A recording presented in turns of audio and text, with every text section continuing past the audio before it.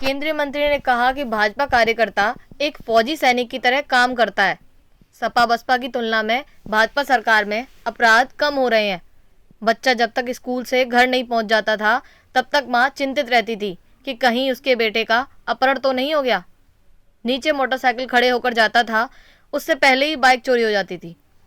दुकानदार आधा घंटा पहले दुकान बंद करके घर पहुंच जाता था। किसानों ने रात में सिंचाई बंद कर दी थी क्योंकि अपहरण के मामले बढ़ने लगे थे। धर्म परिवर्तन के सवाल पर कहा कि यह रणनीति के तहत युवाओं को गुमराह करने का काम कर रहे हैं। जो लोग यह कर रहे हैं वह ठीक नहीं कर रहे। कोर्ट के इस मामले में उनके आने के सवाल पर उन्होंने शायराना अंदाज में कहा कि इस अंजुमन में आपको आना है बार बार, दीवारों दर को गौर से पहचान लीजिए। ब्यूरो रिपोर्ट, साक्ष्य न्यूज़, फिरोजाबाद। एक चुनाव रामपुर में है, अभी लखीमपुर जीते हैं, तो किस तरीके का अब है कि ये सीटों पे कब्जा हो पाएगा, किस तरीके का होगा? केंद्र सरकार की कल्याणकारी योजनाएं, राज्य सरकार की कल्याणकारी योजनाएं, उत्तर प्रदेश के मुख्यमंत्री की उत्तम कानून व्यवस्था और बूथ अध्यक्ष से लेकर राष्ट्रीय अध्यक्ष की परिश्रम की पराकाष्ठा से जो पसीना बाहर है, उसी से सारे उपचुनाव हम लोग जीतेंगे। आपको पता होगा कि श्री अखिलेश यादव द्वारा छोड़ी गई आजमगढ़ सीट को भारतीय जनता पार्टी ने जीती है और अपने आजम खान द्वारा जीती हुई लोकसभा की सीट रामपुर को भारतीय जनता पार्टी ने जीत ली है। अब वो जो विधानसभा है वो उसी का एक पार्ट है, इसलिए अभी लखीमपुर खीरी का उपचुनाव हम लोग जीते हैं। तो निश्चित तौर से माननीय प्रधानमंत्री जी के व्यक्तित्व कर्तृत्व को लेकर, उत्तर प्रदेश सरकार और केंद्र की योजनाओं को लेकर हम निश्चित तौर से आने वाले सभी उपचुनाव जीतेंगे। तब कभी बड़े लीडर ने वहाँ प्रचार नहीं किया, तो इस बार क्या स्थिति रहेगी? ये पार्टी के हाईकमान तय करेगी कि कौन प्रचार में आता है, कौन नहीं आता है, लेकिन जिसकी भी ड्यूटी लगती है तो वो लोग आते हैं। ये मैनपुरी लोकसभा अजेय नहीं है, क्योंकि पिछली लोकसभा के चुनाव में उत्तर प्रदेश की जातीय राजनीति का सबसे मजबूत गठबंधन आपस में लड़ा था, जिसको कहते हैं सपा और बसपा। मैं इस बात को स्वीकार करने में कोई हिचक नहीं है कि बीएसपी के नेता को अपने वोट ट्रांसफ़र करने की क्षमता थी और अखिलेश यादव और मुलायम सिंह यादव को भी वोट ट्रांसफ़र करने की क्षमता थी। इसके बाद समाजवादी पार्टी के दिग्गज सबसे बड़े नेता, सबके लिए आदरणीय श्री मुलायम सिंह यादव वहाँ से चुनाव लड़े थे और भारतीय जनता पार्टी से प्रेम सिंह साथ चुनाव लड़े थे। बसपा के गठबंधन के बावजूद श्री मुलायम सिंह यादव 1 लाख की भी जीत का आंकड़ा छू नहीं पाए और 94,000 से वो चुनाव केवल जीत पाए थे। अब बसपा का गठबंधन नहीं है और बसपा, मैं इस इलाके का पटवारी हूँ, लगभग यूपी का। बहुजन समाज पार्टी 1 लाख वोट की क्षमता उसकी मैनपुरी लोकसभा में डब्बे के अंदर है, तो ये 1 लाख वोट कम हो जाएगा। नंबर 2, बहन जी ने ट्वीट किया है कि वो चुनाव बाई इलेक्शन नहीं लड़ेंगी, तो उनका वोट बैंक स्वतंत्र होगा। जब स्वतंत्र होगा उसको कोई फरमान जारी नहीं होगा, तो फिर वो स्वेच्छा से वोट डालेगा, तो उसको केंद्र सरकार के जो पिछले 3 साल से 5 किलो गेहूं चावल मिल रहे हैं, नमक और तेल मिला है, आवास और शौचालय मिला है, ई श्रमिक कार्ड में 12 योजनाओं का लाभ मिला है, 5 लाख का आयुष्मान कार्ड मिला है। अगर एक खटिया के बराबर भी ज़मीन है तो किसान सम्मान निधि की 2000 की 12वीं किस्त उनके खाते में आ चुकी होगी। साक्षात्कार उनके बच्चों के ख़त्म हो गए हैं, जिससे नौकरियां पारदर्शी हो गई हैं। वो निश्चित तौर से मुंह खाता है तो आंखें झुकती हैं, वो भारतीय जनता पार्टी के पक्ष में अपना मतदान करेंगे। इसमें किस तरह की प्रक्रिया आपकी? जो आज माननीय सुप्रीम कोर्ट ने, संविधान पीठ ने आर्थिक रूप से कमज़ोर वर्ग के लिए, सवर्ण लोगों में, जो देश के प्रधानमंत्री जी ने संसद से पास कराया था संविधान में संशोधन करके, उसके खिलाफ कुछ लोगों ने रेट की थी, तो 3-2 के बहुमत के साथ सवर्ण समाज की EWS के आरक्षण के पक्ष में फैसला है, जिसका स्वागत करता हूँ।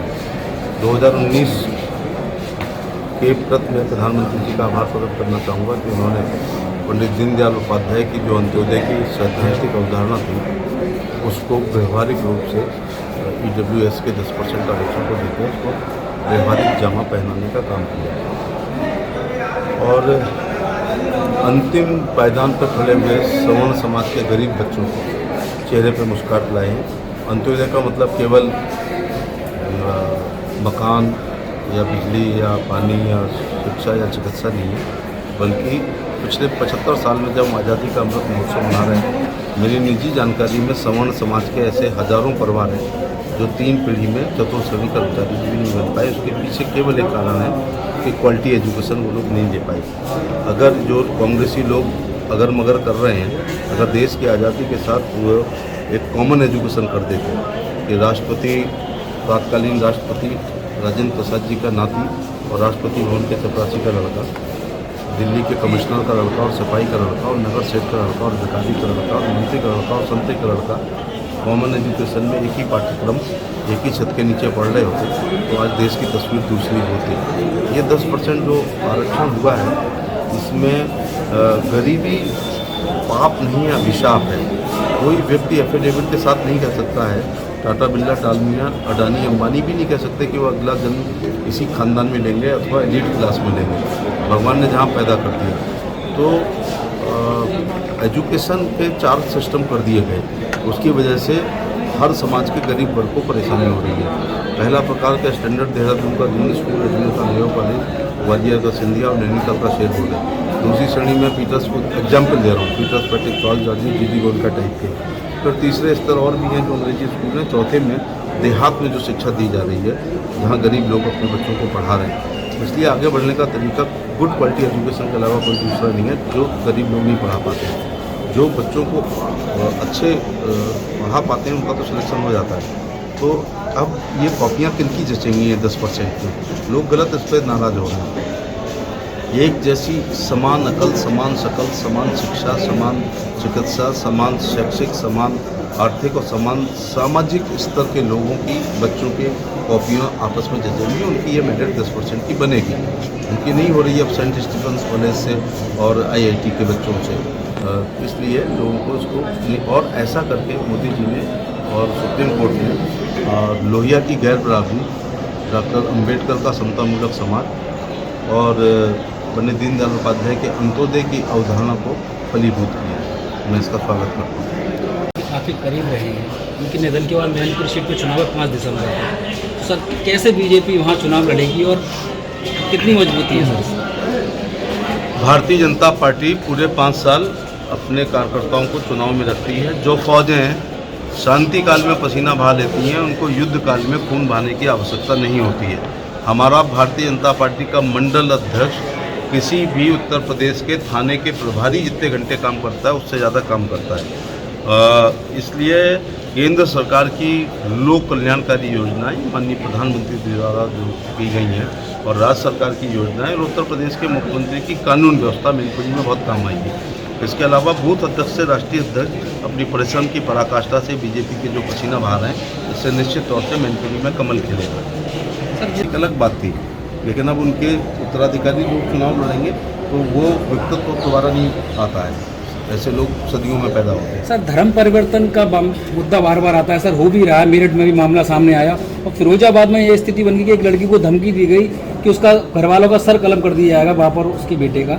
तो सर अंकुश क्यों नहीं लग पा रहा है इस चीज़ पे? लोग क्यों धर्म परिवर्तन करा रहे हैं? अंकुश का मतलब है क्राइमलेस सोसाइटी तो गुप्त काल में भी नहीं थी ना, जो भारत का स्वर्ण युग था। लेकिन सपा बसपा की तुलना में अपेक्षाकृत रूप से अपराध कम हो रहे हैं। वरना नीचे मोटरसाइकिल खड़ी करके जाते ना तो अब तक उठ चुकी होती। जब तक बच्चा स्कूल से घर नहीं आ जाता था, माँ दरवाजे पे खड़े होकर चिंता करती थी उसका अपहरण तो नहीं हो गया। दुकानदार अपनी दुकान बंद करके नियत समय से अगर आधा घंटा लेट कहीं हो जाता था तो पत्नी सोचती थी थैला तो नहीं छिन गया, गोली तो नहीं लगी। और किसान रात में सिंचाई करना बंद कर दिया था क्योंकि पकड़ होती थी। नौकरियों में सूचियाँ आया करती थी। जहाँ तक धर्म परिवर्तन का मामला है, ये लव जिहाद कोई वो शब्द नहीं है। एक स्ट्रेटजी के तहत, एक रणनीति के तहत, एक इन्वेस्टमेंट के तहत लोग जो है ये टीनएजर्स लड़कियों को बहला फुसला करके शादियाँ कर रहे हैं। मैं इसकी घोर भर्त्सना करता हूँ। अगर किसी को किसी से सच्चा प्यार हो जाए तो एक अलग बात होती है, लेकिन छद्म नाम रख के, धर्म छिपा करके और स्कूलों का पीछा करके, और वो एक बड़ी कच्ची उम्र होती है, उसमें ब्रेन वॉश हो जाता है। जो ये लोग कर रहे हैं वो ठीक नहीं कर रहे हैं। आज कैसे आना हुआ सर फिरोजाबाद में? कोर्ट में हरात आए, कौन सा मामला है?